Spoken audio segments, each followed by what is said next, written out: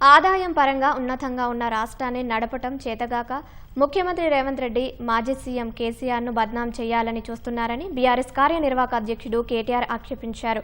BRS అధినేత కేసీఆర్పై మహేంద్ర రచించిన ప్రజాయోధుడు పుస్తకాన్ని తెలంగాణ భవన్లో కేటీఆర్ ఆవిష్కరించారు. కేసీఆర్ రాష్ట్రాన్ని అప్పులపాలు చేశారని చిల్లర మాటలు మాట్లాడుతున్నారని మండిపడ్డారు. 2001 నుంచి 2014 వరకు కేసీఆర్ పడిన కష్టంలో ఇప్పుడు మనం ఎదుర్కొంటున్న ఇబ్బందులు చాలా చిన్నవని కార్యకర్తలకు కేటీఆర్ దిశానిర్దేశం చేశారు. ఇవాళ వాళ్లకు నడపస్తలేదు. ఏదో మాటలు చెప్పిండ్రు, వచ్చిండ్రు, కుర్చీలో కూర్చున్నారు, కొద్దిగా ప్రజలను అక్కడనే ఇక్కడనో ఆగం పట్టించిండ్రు, ఓట్లు తెచ్చుకున్నారు, సీట్లు కొట్టిండ్రు, గద్దె మీద కూర్చున్నారు. అందుకే ఏం చేయాలి మరి? కేసీఆర్ ను బద్నాం చేయాలి.